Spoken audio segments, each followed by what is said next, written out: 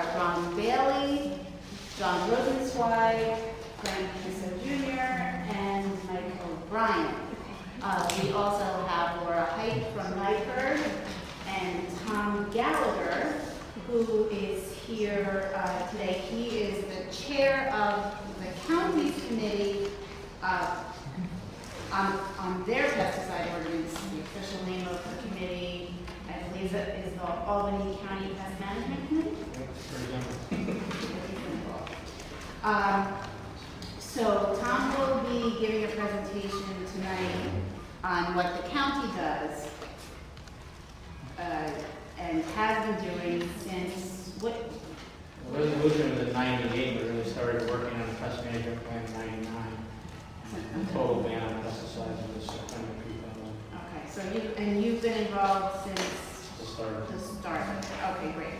And so before I turn it over to Tom, I just wanted to give a couple of updates for the record. Brad Burns is not going to be here tonight because there are no city departments who are reporting to us tonight. So Brad has a night off.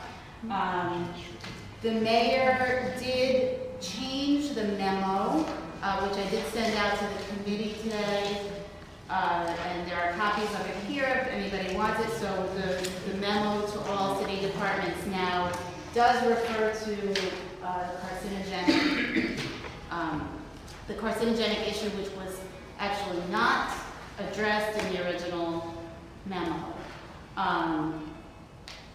There are still, I still have some questions about it. The memo goes into a lot of detail in terms of how to figure out if something is toxicity category 1, 2, or 3. But it doesn't go into a lot of detail in terms of trying to figure out if it is a likely possible, or there's one other category, human carcinogen, which is part of the code. And actually, in order to find that out, you have to get a list from the EPA. So you call the EPA and they fax you a list, or maybe they can email you a list. We have a list provided to us by Scott Gallo from the golf course, did provide us with a lot of information. He actually provided a memo to the mayor on June 10th, which he then forwarded to us last week,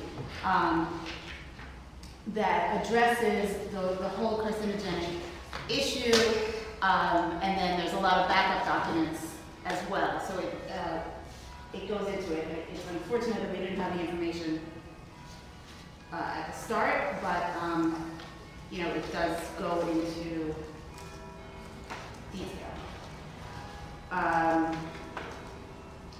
So the mayor updated his memo. That was one of the things that I wanted to tell you, but let us hear from Tom on the work of Albany County. All right, well, thanks for having me tonight. As I mentioned earlier, I did start out on this resolution. Actually, before it was passed, I worked with some of the county legislators, and I think, Laura, you were part of that whole process, where we met probably 6, 8 times before, mainly when you look at the greens and disease problems and things, because a disease can hit a green, and within 3 days, you lose the whole green. And to establish a green, $17,000, $25,000 sometimes to put a green in. But, as somebody had said to me once, it's like golfers choose to walk around with pesticides. I don't think that's really true. I don't think they understand what goes on out there. But that's a very difficult. You can, I know Scott had a person out there that did scouting on a regular basis, and that person still comes in. And a lot of the issues he could take care of without a pesticide.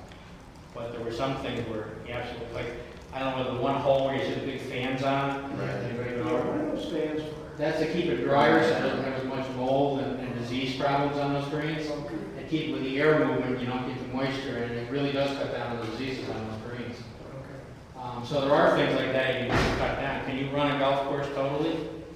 Well, that's a tough one. Can we ask you a follow-up question? Can you run a regulation playing field at the same road without? I don't think that's really a question. Fair question to ask Tom. Well, if he can answer the golf course one, well, maybe he can't. Well, he did attempt to answer answer, but I don't think that that's I mean, are you? Yeah, we've got a turf specialist who's over in Rensselaer County, and can we maintain golf courses, and can we maintain some fields? Yeah. Can you have it 100% weed free? Probably not. But can you have it so it's still a good playing field? Yeah. But So I mean, I guess this is my Okay, question. wait, okay, let's try to maintain some order with this meeting, so if you want to ask a question, please raise your hand, and I will call on you. Thank you. I did want to point out that I have placed calls to SUNY, and I'm trying to get somebody here who, the Giants are playing there now, so hopefully we can get somebody here who is the turf expert. So that's why I said, let's not put this on Tom, because the county does not maintain any playing fields. Well, if he had some expertise and felt he was confident to render, I think that's professional. well, I think what it Maybe he's not raising his hand because I am, and I'm not being called out.